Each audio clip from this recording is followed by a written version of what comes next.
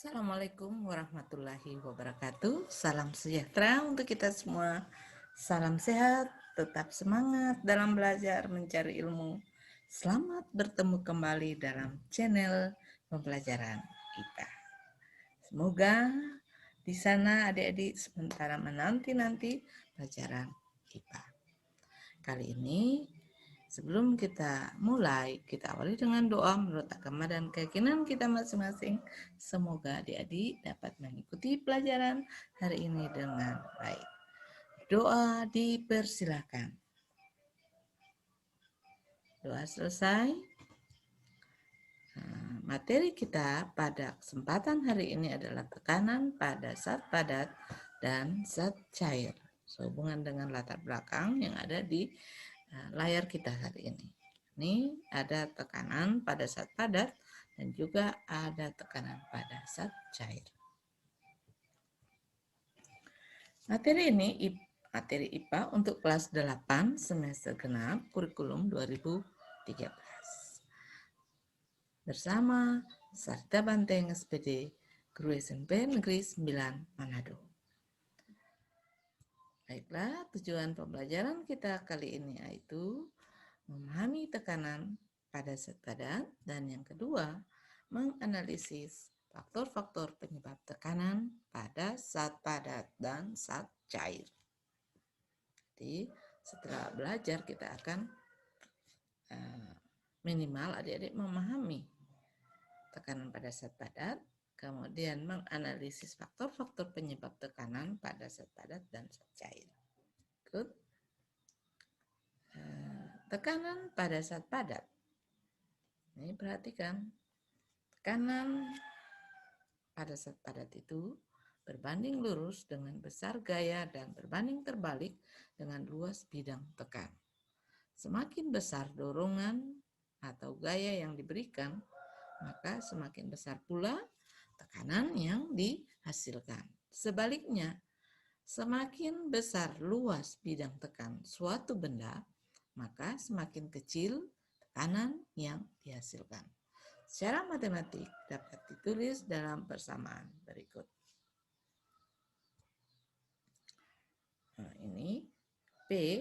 P itu adalah simbol dari tekanan, huruf P besar ya. Ini lambang dari tekanan. Kemudian sama dengan gaya atau F yang bersatuan Newton per luas bidang tekan gaya tersebut pada suatu benda atau suatu zat.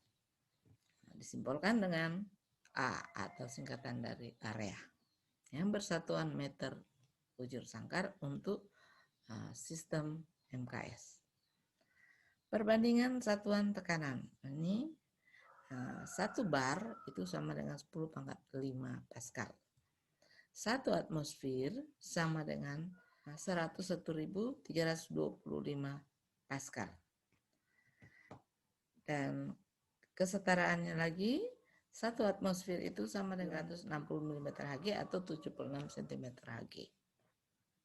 Ya. Masih ingat tuh pelajaran SD juga ada, tapi sekarang Ibu akan mengembangkan, meningkatkan lebih mendalam lagi. Good. Ini ya. Ada 2 buah paku, ini pakunya 1 tumpul dan paku B ini lancip ujungnya. Nah, sekarang ketika mau ditekan ke balok ini dengan gaya yang sama, maka kira-kira paku mana yang lebih dulu menancap di dalam balok kayu ini? Ya, jawaban Anda betul. Paku yang menancap lebih dulu yaitu paku B. Mengapa? Ya, mengapa? Karena paku yang lancip ini lebih mudah untuk menekan atau menancap balok kayu. Jadi, tekanan terbesar terdapat pada paku yang memiliki mata lancip. Ya, paham sampai situ? Ya. Ikut. Nah, kita analisa ini berbagai bidang tekannya ini. Ini bentuk balok, ini bentuk kubus, ini bentuk lancip, dan ini bentuk lingkaran bidang tekannya. Nah, kira-kira menurut kamu mana yang memiliki bidang tekan terbesar? Ya, jawabannya adalah C. Mengapa? Karena C memiliki luas bidang tekan yang paling kecil. Sedangkan kalau bidang tekan yang paling besar terdapat di mana? Bidang tekan yang paling besar terdapat di benda B. Jadi berbagai jenis luas bidang tekan dengan gaya yang sama menghasilkan tekanan yang berbeda. Ini gaya yang diberikan sama, namun karena luas permukaan bidang tekannya yang kecil, yang berbeda, menghasilkan juga tekanan yang berbeda pada lantai atau pada suatu benda. Ya. Perhatikan gambar gelas berpancuran berikut. Pancaran air yang terjauh terdapat pada dasar gelas. Ya. Ini yang paling atas, ini yang kita beli nomor 1. Ini pancarannya karena dia paling atas sekali, makanya dia airnya cuma menetes, tidak jauh dari tangkinya. Dan yang kedua ini agak jauh sedikit dari lubang yang pertama, dan yang ketiga karena dia berada di dekat dasar dari tangki, maka pancarannya lebih jauh. Mengapa kira-kira? Ya, karena tadi ini pada dasar pada dasar tangki air dia memiliki tekanan terbesar. Makanya dalam pembuatan tanggul waduk, di bagian dasar dari waduk itu dibuat fondasi yang lebih lebar. Gunanya untuk apa? Menahan tekanan air yang berada di dasar waduk. Demikian juga dengan pembuatan fondasi rumah kita. Kalau kita hendak membuat fondasi itu, kita desain untuk lantai 5, beda fondasinya dengan lantai 1 karena dia akan menahan tekanan daripada benda yang akan dibebankan atau didukungkan pada fondasi tersebut. Jelas? Ya. Berikut dari gambar di atas, maka tekanan pada zat cair dapat disimpulkan kedalaman zat cair dan massa jenis zat cair memengaruhi tekanan yang dihasilkan oleh zat cair atau disebut dengan tekanan hidrostatis. Semakin dalam zat cair, maka tekanan yang dihasilkan semakin besar. Semakin besar massa jenis zat cair, semakin besar pula tekanan yang dihasilkan. Dengan kata lain, tekanan suatu zat cair sebanding dengan kedalaman atau ketinggian dan besarnya massa jenis serta gaya tarik bumi. Jadi berarti faktor-faktor yang mempengaruhi tekanan zat cair ada 3, yaitu massa jenis zat cair, beda ya, massa jenis air, massa jenis minyak kelapa, massa jenis minyak tanah. Nah, jadi yang lebih mempengaruhi itu yang pertama adalah massa jenis zat cair. Dan yang kedua, kedalaman zat cair. Dan ketiga, gaya tarik bumi terhadap zat cair yang berada di tempat tersebut. Jadi, mengapa gaya tarik bumi mempengaruhi? Karena di setiap tempat di permukaan bumi ini, gaya tarik buminya berbeda-beda, tergantung dari kedekatan tempat itu ke inti bumi. Ya, oke, kita lanjut lagi. Persamaan tekanan zat cair.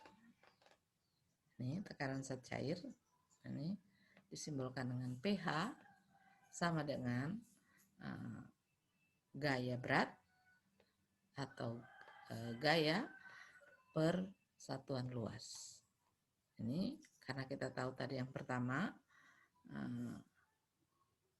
tekanan zat cair itu bergantung pada ini massa jenis zat, kemudian luas bidang tekan, ini berat benda ya, gaya, kemudian gravitasi bumi dan kedalaman per satuan luas. Satuan luas ini bagi satuan luas, maka didapatlah massa jenis kali gravitasi kali kedalaman atau ketinggian. Sehingga persamaan ini dapat untuk tekanan bisa menjadi P0 atau tekanan mula tambah tekanan ini, maka sama dengan tekanan awal tambah tekanan air. Dengan P itu adalah tekanan total yang dihasilkan yang bersatuan Newton per meter biji sangkar, atau juga sama dengan tekanan satuannya Pascal karena menghormati penemu tekanan air adalah Pascal. Kemudian pH itu simbol dari tekanan hidrostatis, satuan Pascal. PO tekanan udara atau tekanan atmosfer, satuannya ATM atau atmosfer, singkatan dari atmosfer.